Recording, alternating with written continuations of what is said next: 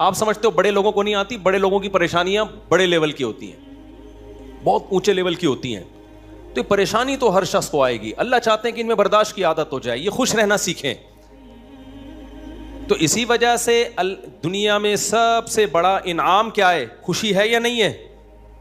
پیسہ انسان کیوں حاصل کرتا ہے؟ خوش رہنے کے لیے. صحت کیوں چاہتا ہے؟ خوش رہنے کے لیے. تو اللہ نے قرآن میں فرمایا کہ الا بذکر اللہ تطمئن القلوب, اللہ کے ذکر سے دلوں کو سکون ملتا ہے. اب پتہ ہے لوگ وظیفے پڑھتے ہیں پیسہ حاصل کرنے کے لیے, وظیفوں میں اللہ کا ذکر کیا جاتا ہے, حالانکہ اللہ کہہ رہا ہے وظیفوں سے پیسہ نہیں, وظیفوں سے کیا ملے گا؟ سکون ملے گا. سکون کے لیے کوئی وظیفہ نہیں پڑھ رہا ہوتا. کمال کی بات ہے یا نہیں ہے؟ ابے بھائی صبح شام لوگ ہمارے پاس آتے ہیں, مفتی صاحب پیسے ہی نہیں ہیں, بے روزگاری ہے, بل اتنا آ گیا, دل چاہ رہا ہے وہ بل بکری کو کھلا دیں. ٹھیک ہے, تو آپ کوئی وظیفہ بتائیں, تنخواہ بڑھ جائے ہماری, پیسے بڑھ جائیں. تو میں بتا تو دیتا ہوں حسبی اللہ و نعم الوکیل یا رزاق, کی پڑھ لینی چاہیے. لیکن قرآن جو وظیفے بتا رہا ہے پیسے بڑھانے کے لیے نہیں بلکہ سکون کے لیے. کیا مطلب؟ غربت میں سکون مل جائے گا. آپ کو پیسے مل کے بھی سکون نہ ملے, اس سے بہتر وہ غریب نہیں ہے جو پیسے نہ مل کے اس کو سکون مل رہا ہو. وہ زیادہ اچھا نہیں ہے کیا؟ وہ تو زیادہ اچھا ہے بھائی. اس لیے اللہ فوکس دولت کو نہیں کر رہے, کس کو کر رہے ہیں فوکس؟ سکون کو فوکس کر رہے ہیں اللہ تعالیٰ. میں نے ایسے غریب دیکھے ہیں, ایسا دل ہنس رہا ہوتا ہے, مسکرا رہا ہوتا ہے مستیوں میں. اکثر میں ایک واقعہ بتاتا ہوں نا, ہمارے گھر میں مزدور آتے تھے, والد صاحب حیات تھے, انہوں نے اللہ ان کی مغفرت فرمائے, انہوں نے فرش بنوانا تھا. تو مزدور جو تھے نا صبح سے لگے ہوتے تھے اور گنگنا رہے ہوتے تھے. مزدوروں کے گانے بھی آپ کو پتہ ہے پرانے زمانے کے ہوتے ہیں, گنگنا رہے ہوتے تھے اور وہ لگے ہوئے ہوتے تھے نا. شام کے وقت جب وہ پلستر کر رہے تھے فرش میں, تو میں تھا, میری عمر ہوگی 20-22 سال. میں نے کہا یار اس فرش میں نا آپ جو ہمارے صحن کا فرش بنا رہے ہو یہ تھوڑا سا چکنا فرش ہو, یعنی بالکل جیسے ہوتا ہے نا پلین, ایسا فرش ہو, ایسا بنانا. تو کہنے لگے, اب مستی میں ہے نا, شاید لاہور کے ہوں گے. اب ان کو کھیلنے کا موقع مل گیا مجھ سے. انہوں نے کہا یہ فرش آپ چاہتے ہو ذرا چکنا پلین فرش ہو تو اس میں سرسوں کا تیل ڈلے گا یا ناریل کا. بولا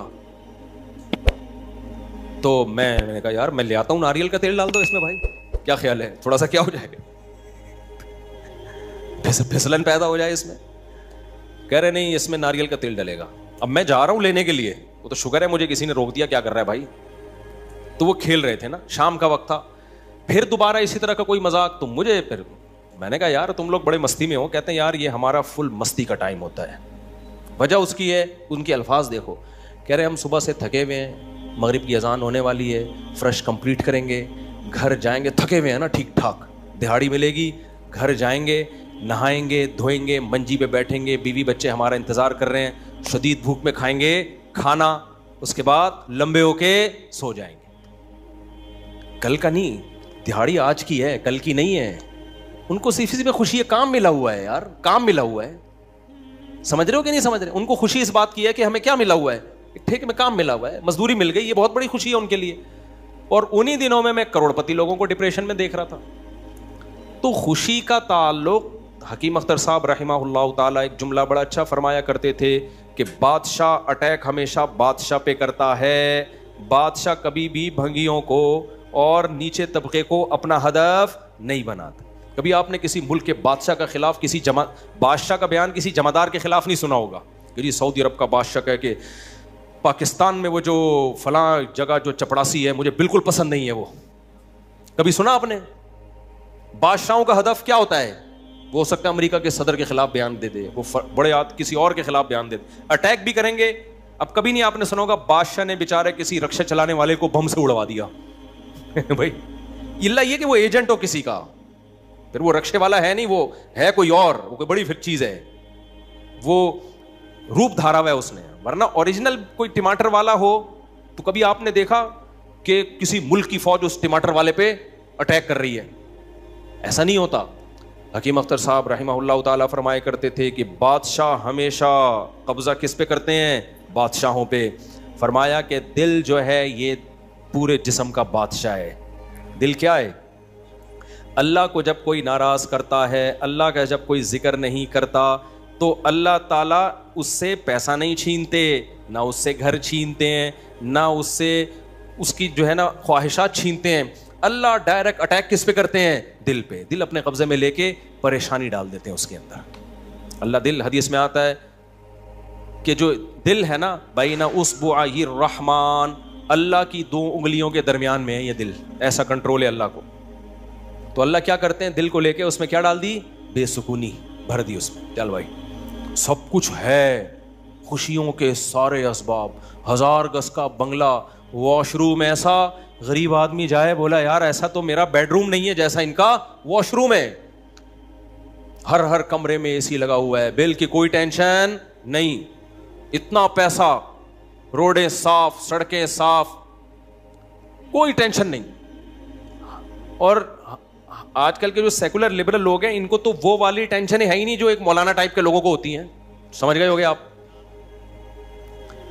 بھائی؟ وہ جو ٹینشن جو جس کو ساری دنیا ٹینشن سمجھتی ہے، یعنی شادی کو، بیوی کو، تو وہ والی ٹینشن سے تو یہ کیا ہوتے ہیں؟ بالکل آزاد ہے ہی نہیں. گرل فرینڈ والا سیٹ اپ چل رہے ہیں ان لوگوں کو. اتنا کچھ، کوئی ٹینشن بظاہر نہیں ہے. اللہ کہتے ہیں کوئی بات نہیں، تو نے مجھے ناراض کیا نا، تو ان تمام تر وسائل کے باوجود تجھے ناکام کروں گا میں. کیونکہ اگر وسائل چھین لیتا نا اللہ تعالیٰ پھر تو بھائی ہر ایک کو ٹینشن ہو جاتی ہے. اللہ کہتا ہے ان ساری خوشیوں میں ان خوشیوں پہ اٹیک نہیں کروں گا. میں بادشاہ ہوں. بادشاہ حملہ کس پہ کرتے ہیں؟ بادشاہوں پہ. تیرے دل کو اپنے قبضے میں لے کے اس میں سے سکون نکال کے اس کی جگہ کیا ڈال دوں گا؟ بے سکونی. جتنا گناہوں میں لذت حاصل کرنے کے لیے آگے بڑھے گا نا، اچھا پھر ایسا شخص کیا کرتا ہے؟